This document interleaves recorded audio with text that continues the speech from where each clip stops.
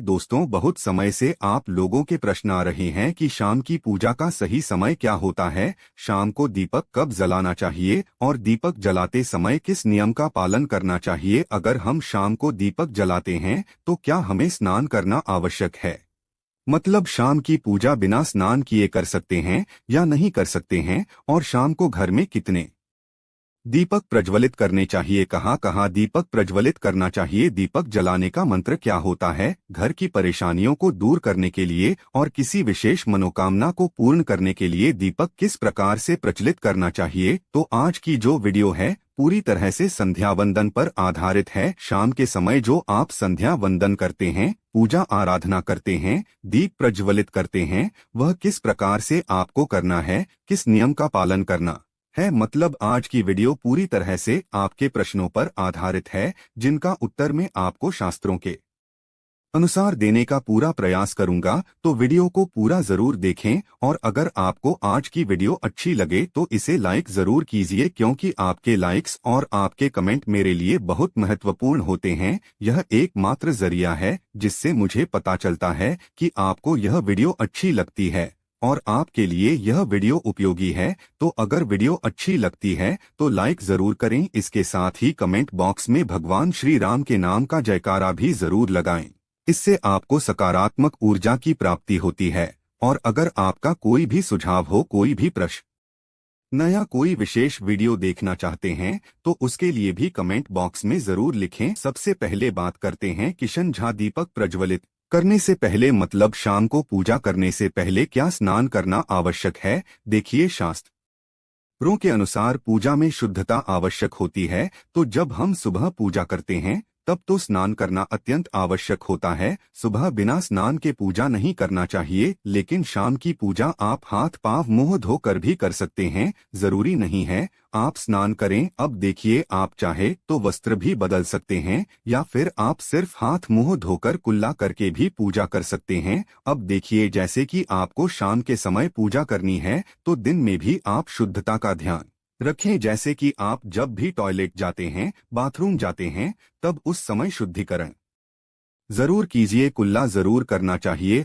हर बार जब आप बाथरूम जाते हैं। तो अगर आप दिन भर शुद्धिकरण का ध्यान रखते हैं तो शाम के समय बिना स्नान किए भी सिर्फ हाथ पांव की पूजा कर सकते हैं, और चाहे तो स्नान भी कर सकते हैं। जैसे कि गर्मियों के दिन है तो शाम के समय भी आप स्नान करके पूजा कर सकते हैं। तो बहुत सारी चीजें आप स्वयं भी अपने विवेक से निर्धारित कर सकते हैं। अगला प्रश्न है आपका कि शाम की पूजा में दीपक इस समय जलाना चाहिए। तो देखिए, शाम को जो पूजा का समय होता है वह गोधूलि बेला का समय होता है, प्रदोष काल का समय होता है। मतलब जिस समय सूर्य अस्त हो रहे होते हैं उस समय हमारे घर में दीपक प्रज्वलित हो जाना चाहिए। अब जैसे कि आप लोगों के प्रश्न आते हैं कि कितने बजे दीपक जलाना चाहिए शाम को, तो देखिए, शाम को सूर्यास्त का समय हर मौसम में अलग अलग होता है। कभी जैसे कि सर्दियां चल रही होती है तो 4:30 पर भी सूर्यास्त हो जाता है, कभी कभी 5:30 तक भी सूर्यास्त हो जाता है। जैसे गर्मियों का मौसम है तो 6:30 से लेकर 7 बजे तक ऐसे ही सूर्यास्त का समय होता है। कई बार 7:30 का टाइम हो जाता है। गर्मियों में तो प्रत्येक मौसम में सूर्यास्त का समय अलग होता है, इसलिए एक सही समय बताना कि इसी समय आप दीप प्रज्वलित करें, यह तो बहुत मुश्किल होगा और यह ठीक भी नहीं होगा। एक ही समय पर हर बार हम दीप प्रज्वलित नहीं कर पाएंगे, इसलिए संध्या काल का ध्यान रखिए। जब संध्या काल का समय होता है मतलब जब सूर्य अस्त हो रहा होता है, उस समय आप अपने घर में दीपक प्रज्वलित कर दीजिए। और अब बात करते हैं कि कितने दीपक आपको अपने घर में प्रचलित करने चाहिए प्रतिदिन। शास्त्रों के अनुसार संध्या काल में प्रतिदिन अपने घर के मुख्य द्वार पर एक दीपक जरूर जलाना चाहिए। इससे क्या होता है, देखिए, शास्त्रों के अनुसार शाम के समय संध्या काल में लक्ष्मी माता और उनकी बहन दरिद्रता दोनों ही भ्रमण पर निकलती है। तो जिस घर के मुख्य द्वार पर दीपक प्रज्वलित होता है उस घर में मां लक्ष्मी प्रवेश कर जाती है, और जिस घर के मुख्य द्वार पर दीपक नहीं जल रहा हो उस घर में दरिद्रता प्रवेश कर जाती है। तो इसलिए मां लक्ष्मी का प्रवेश आपके घर में हो, इसके लिए घर के मुख्य द्वार पर एक दीपक जरूर प्रज्वलित करना चाहिए। और हाँ, घर के मुख्य द्वार पर जो दीप प्रज्वलित किया जाता है। संध्या काल में इसके बहुत सारे फायदे शास्त्र में बताए गए हैं। शास्त्रों के अनुसार संध्या काल में जिस घर के मुख्य द्वार पर दीप प्रज्वलित होता है उस घर में किसी भी प्रकार की नकारात्मक ऊर्जा प्रवेश नहीं करती है। कोई भी वास्तु दोष आपके घर में हो, अगर आप मुख्य द्वार पर दीप प्रज्वलित करते हैं तो समस्त प्रकार के वास्तु दोष से मुक्ति मिल जाती है। और अगर आपके घर में पितृदोष है जिसकी वजह से परेशानियां आपके घर में बनी हुई है तो घर के मुख्य द्वार पर जो हम दीप प्रज्वलित करते हैं इससे घर का पितृदोष भी समाप्त हो जाता है। और इसके अलावा घर में किसी भी प्रकार की अशांति रहती हो या फिर आपके घर में बीमारियां बहुत रहती है, कलर रहता है, आर्थिक तंगी रहती है, तो घर के मुख्य द्वार पर हम दीप प्रज्वलित करते हैं तो समस्त प्रकार की परेशानियों से, दुखों से आपको मुक्ति मिल जाती है। इसलिए घर के मुख्य द्वार पर दीप प्रज्वलित करना अत्यंत आवश्यक होता है। तो शास्त्रों के अनुसार घर के मुख्य द्वार पर एक दीपक अवश्य ही होना चाहिए। और बात करें दूसरे दीपक की तो दूसरा दीपक आपको अपने घर की तुलसी के पास प्रज्वलित करना चाहिए। शास्त्रों के अनुसार अगर शाम के समय संध्या काल में तुलसी की जड़ के पास अंधेरा रहता है, ऐसे घर में दरिद्रता का स्थायी वास बन जाता है। और जिन घरों में शाम के समय तुलसी के पास दीप प्रज्वलित किया जाता है ऐसे घर में लक्ष्मी का वास होता है। श्री हरि विष्णु सहित महालक्ष्मी ऐसे घरों में वास करती है। तो प्रयास करना चाहिए कि शाम के समय तुलसी के पास एक दीपक अवश्य प्रज्वलित करें। बात करें अगले दीपक की, शाम के समय अपने घर के ईशान कोण में, मतलब जहां पर भी आपने अपने घर का मंदिर बनाया हुआ है उसी स्थान पर घर के मंदिर में एक दीपक अवश्य प्रज्वलित कीजिए। 2-3 दीपक आपको प्रतिदिन जरूर प्रज्वलित करनी चाहिए।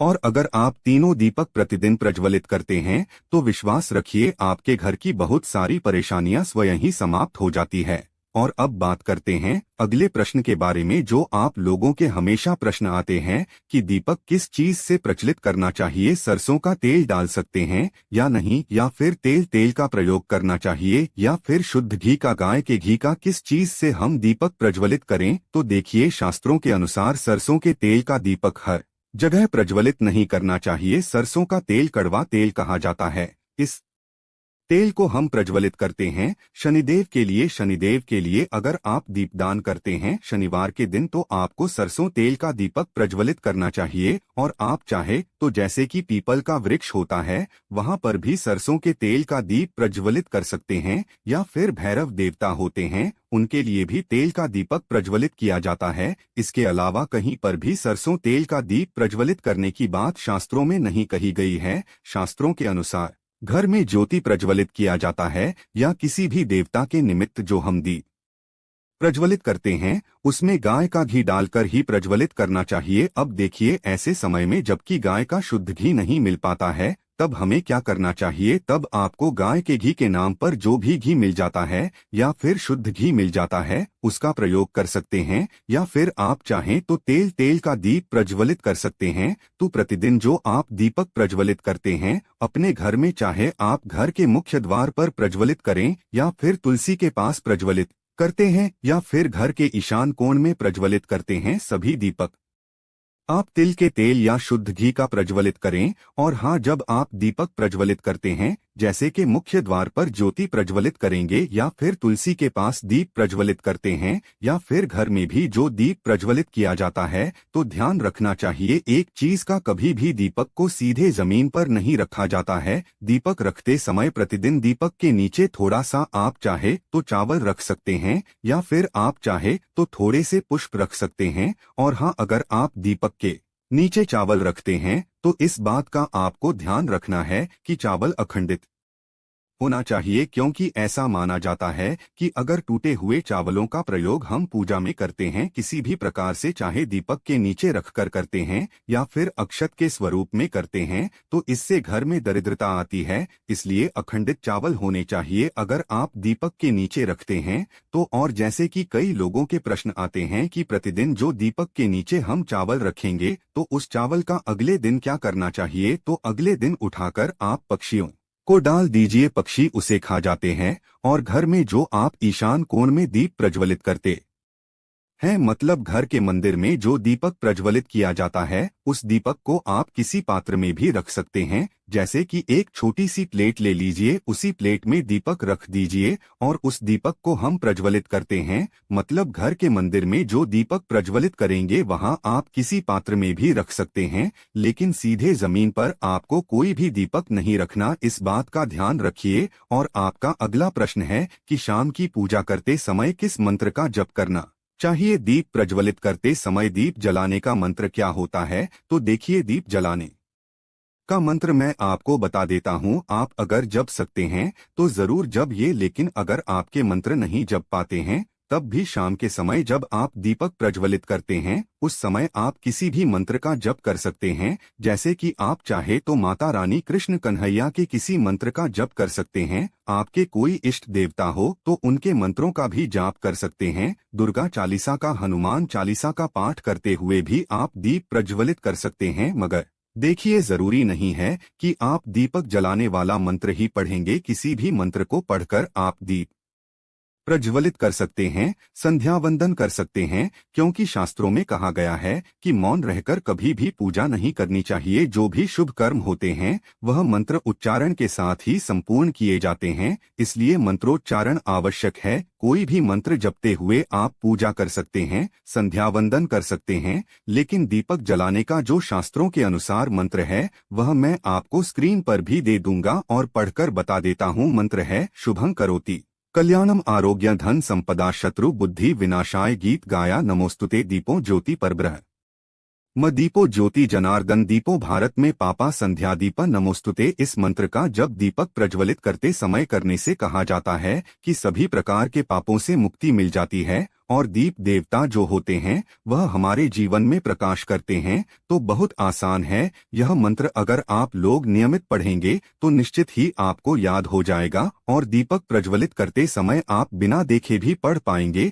और अभी आप चाहें तो इसे किसी कागज पर लिखकर रख सकते हैं और घर के मंदिर में ही रख दीजिए जहां पर आपको दीपक प्रज्वलित करना है। तो जब आप दीप जलाएंगे तब आप इस मंत्र को देखकर पढ़ सकते हैं और कुछ दिनों में तो याद हो ही जाता है। तो यह है आज की वीडियो जिसमें शाम की पूजा से संबंधित, शाम को दीपदान से संबंधित संपूर्ण जानकारी मैंने आपको शेयर की है। उम्मीद करता हूं वीडियो आपके लिए उपयोगी होगी। इसके अलावा भी अगर आपका कोई प्रश्न हो तो कमेंट बॉक्स में जरूर लिखें और यह